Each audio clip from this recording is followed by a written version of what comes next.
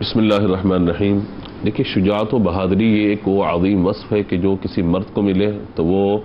بڑا طاقتور و توانا ہو جاتا ہے، کسی خاتون کو ملے تو وہ پھر نسلوں تک وہ پیغام جاتا ہے کہ ہماری ماں، ہماری دادی، ہماری بہن، ہماری بیٹی وغیرہ وغیرہ، بھئی اس میں اتنی شجاعت و بہادری تھی۔ تو صبر و استقلال کے معاملات آپ کے دیکھیے، شجاعت و بہادری کے معاملات آپ کے دیکھیے تو آپ تاریخ میں ہمیں نظر آتی ہیں۔ وہ عربی کا ایک قول جو ہے وہ آپ کے بارے میں ذکر کیا گیا کہ کانت من عقلاء النساء و فضلائہن،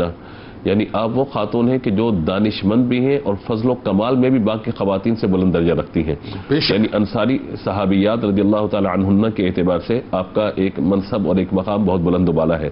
اس لیے آپ یہ دیکھیے کہ ایک عام حالات جب آپ اپنے گھر میں تشریف فرمائیں، اور واقعات آگے انشاءاللہ بیان کر دیے جائیں گے کہ بچوں کا انتقال ہونا، اپنے شوہر کے ساتھ مہمان نوازی جو واقعہ بیان کیا گیا، یہ تمام چیزیں آپ کو نظر آتی ہیں کہ آپ ہر معاملے کے اندر آگے اور سب سے سبقت لے جانے میں ہمیں نظر آتی ہیں۔ اس کے ساتھ ساتھ دوسری گزارش یہ کہ ایک عام حالات گھر وغیرہ کے یا عام حالات میں، ایک جنگی حالات کہ جنگوں کے اندر آپ کا کیا کردار رہا اور آپ کس طریقے سے تشریف فرما رہی۔ اور ظاہر ہے کہ جب ہم روایات کو پڑھتے ہیں تو ان میں حضرت سیدتنا عائشہ صدیقہ رضی اللہ تعالی عنہا کا ذکر آتا ہے، کچھ انصاری صحابیات ہیں ان کا ذکر آتا ہے، انہی میں آپ کا ذکر بھی آتا ہے کہ آپ کے دو کام ہوتے تھے ان صحابیات کے، اور ان میں یہ بھی تشریف فرماتے تھے ام سلیم رضی اللہ تعالی عنہا کہ مجاہدین کو پانی پلانا نمبر 1، اور نمبر 2 اگر وہ زخمی ہو جائے تو ان کی مرہم پٹی کرنا۔ اب عمل جراحت یا میڈیکل کی تعلیم اگر اس وقت اس اعتبار سے آپ نے نہ سیکھی ہوتی تو مجاہدین کی تیمارداری یا ان کی خدمت کا معاملہ کیسے ہو جاتا۔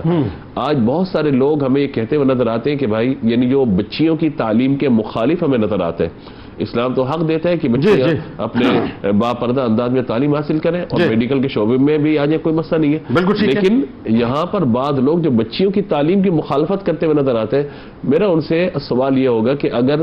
آپ کے گھر کی کسی خاتون کو کوئی میڈیکل کے اعتبار سے کوئی پریشانی کا سامنا ہو تو یا تو اس کے پاس آپشن ہو کہ کوئی خاتون ہو، فیمیل ڈاکٹر جن کے پاس وہ جا سکے، یا پھر یہ ہے کہ کسی مرد کو جا کر کے وہ دکھائیں، علاج کروائیں، تو ترجیح آپ کی کیا ہوگی؟ کہا جائے گا کہ ہماری باپردہ خاتون ہے تو لہٰذا ہم چاہتے ہیں کہ کسی خاتون سے علاج کروایا جائے، تو میڈیکل کی تعلیم کا آپ مخالف ہیں۔ خواتین جب بچے ڈاکٹر بنیں گے نہیں، ان چیزوں کو دیکھیں گے نہیں، تو پھر کیسے سارے معاملے کو بہت صحیح بات کر، لہذا بہت ضروری ہے اس چیز کو سمجھنا کہ تعلیم ہمیں پردے سے نہیں روک رہی، تعلیم ہمیں ترقی سے نہیں روک رہی، بلکہ بے پردگی ہے جو اس راہ کے اندر ہمیں رکاوٹ بنتی نظر آ رہی ہے۔ لیکن وہ بات ہے سرٹن ڈومین کا ہمیں خیال رکھو، ان چیزوں کا ظاہر ہے کہ ایک بحیثیت مسلمان مجھے اور آپ کو لازمی خیال رکھنا پڑے گا۔ تو حضرت سیدتنا ام سلیم رضی اللہ تعالی عنہا کا معاملہ یہ رہا کہ آپ کی 2 ذمہ داریاں تھیں۔